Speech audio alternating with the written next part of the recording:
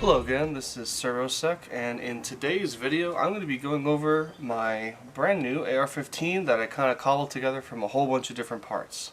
So I haven't shot it yet, I haven't even cleaned it yet from the factory, but I'm just going to kind of go over what I did to it and maybe like a rough price range for this type of build in the beginning of 2021. So let's start from the back and I'll work my way forward on all the parts that are on this AR-15. So the very first thing I did was remove the fixed stock. I'm in California and this is a featureless setup, so we have to have a fixed stock.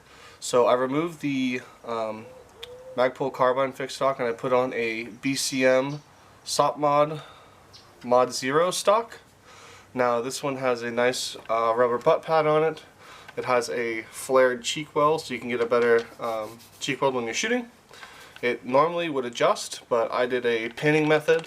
So as you can see, there's no adjusting possible on the stock. It's locked in at my preferred length.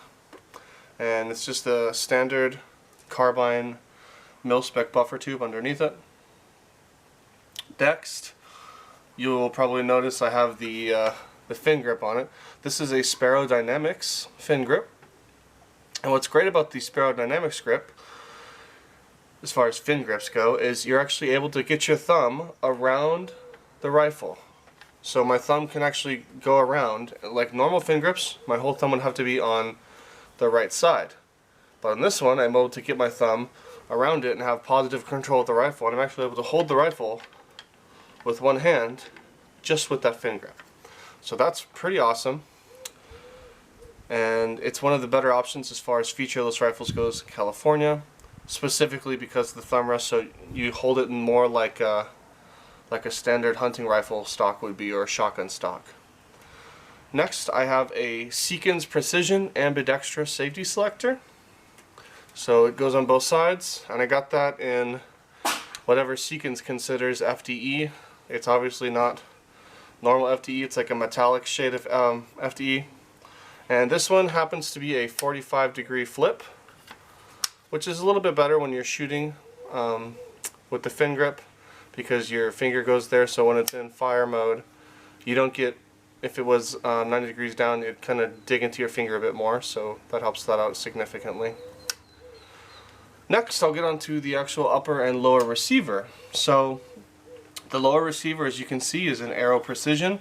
This specific one is the Aero Precision M4E1.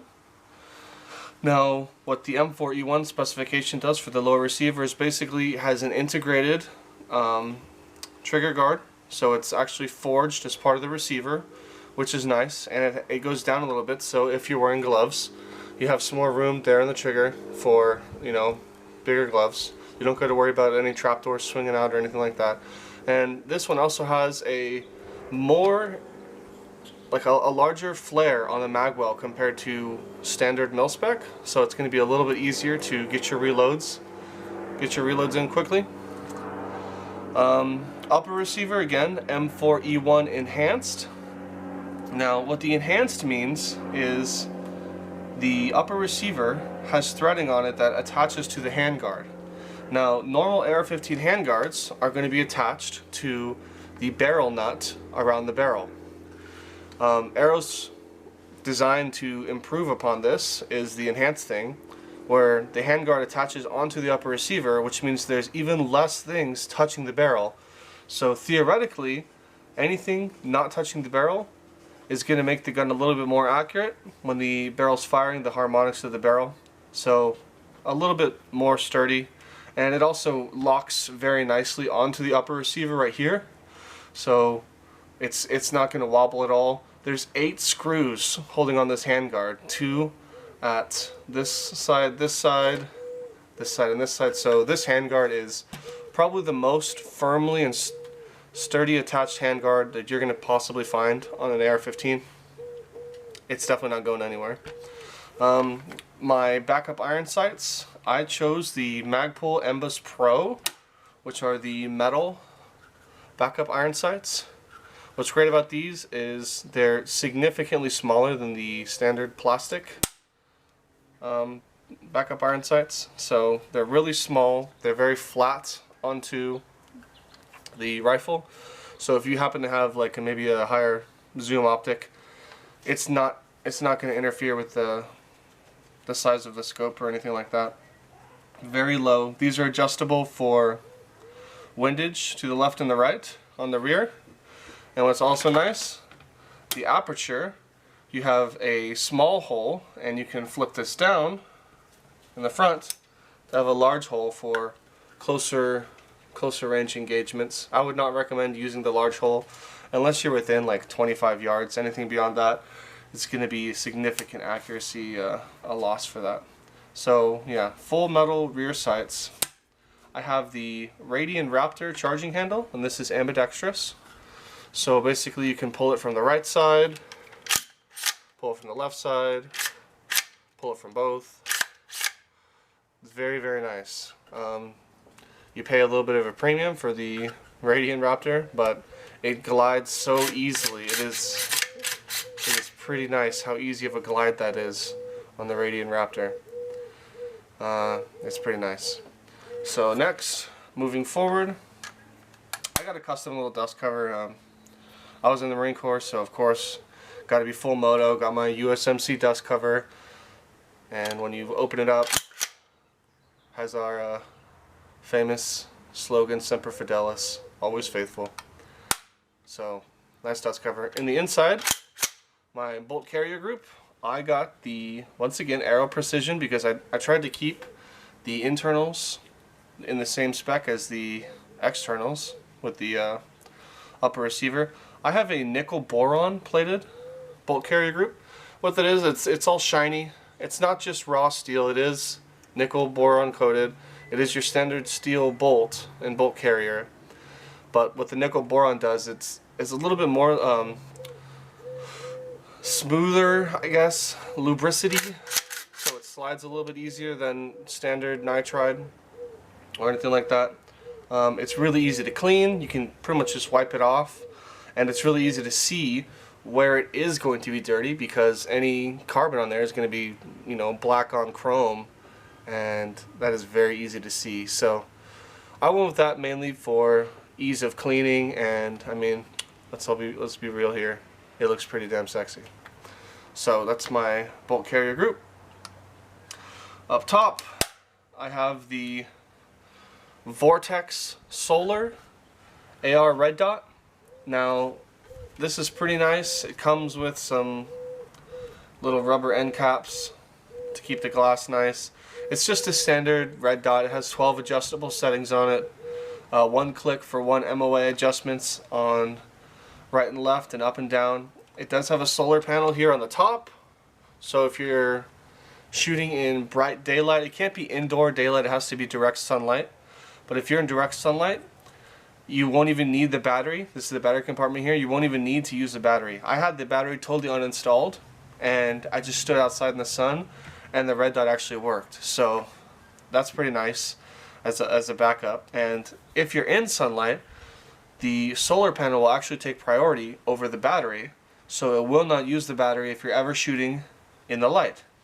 They advertise this as like 150,000 hours of battery life, assuming most of your shooting is going to be in the sun.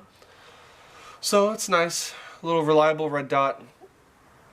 I would say it's more on the budget end, but I don't think so. It's kind of expensive for me. What's cool about this Vortex sight is it came with 2 levels of height adjustment. You have the riser mount, which I have here to get more of a standard AR sight picture, and this I'm I'm able to get a 1/3 lower cut witness when it's on the riser. Or if you prefer, you can remove this riser and mount the optic directly onto the upper rail, and you get a complete full co-witness. Now my sights, even when I do that, they seem to be a little bit above, so I'm not really able to get full co-witness with the rear, only with the front. I would not ever recommend shooting a red dot with the rear iron sight up. You could do it with the front up or down, that's your choice, but with the high riser mount, it's pretty nice. So moving forward from there, we have the Handguard. Now this is the Aero MLOK Gen 2 Handguard. Now this guy is very thick, and like thick I mean like wide width for your hand, but it is actually extremely light. So I have big hands, so I'm a big dude, 6'3", you know, 220 on a good day, but I got massive hands. So this handguard being wide is great because I can get a full positive grip of the thing without my fingers overlapping and grabbing, you know, fingers on top of fingers. So that's nice. It does have MLOK slots on the 3 o'clock, 6 o'clock, and 9 o'clock sections of the rifle. On the top, it has full Picatinny rail going from the very top of the handguard. From the very top of the handguard, the Picatinny goes all the way back to the rear of the upper receiver. And there's actually not a gap here at all where the handguard connects to the upper receiver because of kind of what I mentioned earlier, it locks in perfectly. So anything you could possibly imagine, you can get access on the top Picatinny rail. What's notable about this handguard is it actually comes with some QD mounts in the rear. So if you want to put a sling or, you know, anything else that QD would attach to, it has those as well at the 3 o'clock, 6 o'clock, and 9 o'clock positions on the rearmost portion of the handguard. I do like the handguard is extremely well secured on there. 8 screws, it kind of slides in and locks to the upper receiver. It's a good handguard. So moving forward a little bit, I have some Magpul rail covers. These are the, I think they're the Gen 2, I'm not sure, the Gen 2 MLOK rail covers. And these guys are extremely abrasive. It feels like if you glued rice onto a piece of paper. It may be a little bit hard to tell, but they are so firm and raised and grippy. If you're wearing no gloves and you're shooting a lot all day, you might actually get some imprints on your hands, looking like you put your hand in sand all day. But I mean, no matter how sweaty or wet you're gonna get, you're not going anywhere with these rail covers. These are extremely really good. On the bottom, I just have the Magpul hand stop. I like this because it allows me to pull the rifle toward my shoulder when I'm shooting. You can, I mean, even with my big monster hands, I'm able to get 4 fingers in between the hand stop. But how I use it, I put 1 finger above this little forward portion of the hand stop and 3 fingers below, and I kind of pull back into my shoulder like that. That's how I prefer to hold it at that distance. If I hold it like this, it hurts my wrist a little bit more. So with 1 finger up here, it kind of slides my wrist forward a bit, and I feel like this hand stop is pretty much the best handguard grip that I could get on my rifle. I feel very positive and in control when I'm gripping the rifle like that. As far as these rail covers go, of course I have them at the 3 o'clock, the 6 o'clock, and the 9 o'clock position. On the top, Picatinny has a tendency of kind of cutting you up. Even with the rounded lips of this Picatinny, I still wanted some type of cover on the Picatinny, so I'm not, you know, ripping my thumb up if I'm sliding around a bit. So I just got some more Magpul products, you know, shout out to Magpul. Got some Magpul Picatinny. This is like a rubbery rail cover. Really easy to install. You just, you know, hook it on and push it down. And it's very soft. Unlike these are hard polymer. This is like a soft rubbery polymer. So, a little bit of a difference there. Next, moving forward, I have the Magpul MBUS Pro front sight. Now, these are all metal as well. They're extremely nice. Very, very low profile, as you can see. So if you have anything else up there, it's not going to obstruct your red dot. Even if you have a lower, low power variable optic or anything, this is really not going to obstruct anything. And of course, these are adjustable for elevation. So depending on what zero you want to get with your iron sights, you can adjust it. It's worth noting, I didn't say that before, these are all toolless adjustments, so you don't need to use any tools to adjust these. You just use your finger and do some twisting.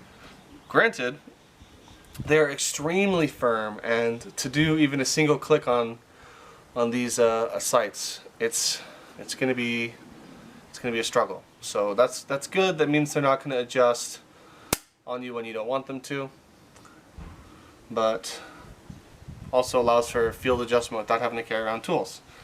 Next, I put a muzzle brake on because, once again, I'm in California. We're not allowed to have any type of standard A2 style flash hiders or anything. So I chose to get a Ultradyne muzzle brake. So what this muzzle brake is, it's 2 ports. Now within the ports there is a very slight, maybe I'd say 15-degree angle pushing gas back. So you may get a little bit of backblast to people who are, I don't know, standing next to you when you're shooting, but it's going to be very low because it is 5.56. There's not too much backblast, but worth noting, you are going to get a little bit of backblast with this. On the top, it has some more traditional compensating cuts. There's no vertical cuts on there, so it's not really a compensator per se, but these cuts on the top kind of expel gases to the left and the right, so there's not going to be the gas blowing straight up in line sight with your sights. On the front, it's got some little cuts going on in there, but there's no flash hiding capabilities on this. This is going to greatly increase your flash, but I got it. It was not too expensive, super easy to install. That's kind of like their signature thing with Ultradyne muzzle devices. They are very easy to install because it has a muzzle nut. So essentially you screw the nut on all the way, you line up your muzzle device, and then you reverse the screw backwards. So there is no crush washer, and that's, I'm not gonna lie, that's probably one of the primary reasons why I purchased this muzzle device, is because there's no crush washer, and I had some very bad experiences with crush washers on my AK muzzle devices, and I never want to have to deal with that again. So good muzzle device. So that is the general overlook of my new AR-15.